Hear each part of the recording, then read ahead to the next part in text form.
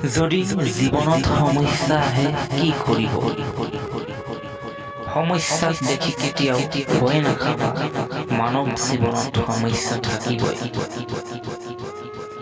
সমস্যা যেন মানুহৰ জীৱনৰ এক অংশ হৈ পৰিছে। সমস্যা দেখি কেতিয়াও পিছুৱাই নাহিবা। কেতিয়াও নিৰাপদ স্থান নিবিচাৰিবা। পৃথিৱীৰ ক'তো নিৰাপদ স্থান নাই। যদি জীৱনত সমস্যা আহে, সেই সমস্যাৰ সৈতে যুঁজিবলৈ চেষ্টা কৰিবা। যদি সমস্যা দেখি পিছুৱাই যোৱা, তেতিয়া জীৱনত হেজাৰ সমস্যাই দেখা দিব পাৰে। সদায় ঈগলৰ দৰে হ'বলৈ চেষ্টা কৰিবা।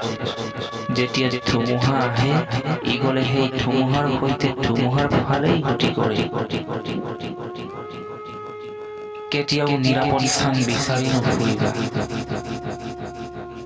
মানৱ জীৱন মানে সমস্যাৰ জীৱন। সমস্যাৰ সৈতে সংগ্ৰাম কৰিবলৈ শিকা। জীৱনত নিজৰ জীৱিকাৰ সৈতে সংগ্ৰাম কৰিবলৈ শিকি যোৱা।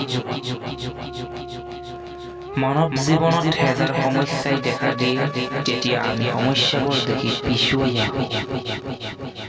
ভিডিঅ'টো শেষ কৰাৰ আগতে আকৌ এবাৰ মন কৰিব, কেৱল মানুহৰহে জীৱনত সমস্যা থাকে। পৃথিৱীৰ ক'তো নিৰাপদ স্থান নাই। সেইকাৰণে ঈগলৰ দৰে হ'বলৈ চেষ্টা কৰা। সমস্যা নোহোৱা ব্যক্তি নাই।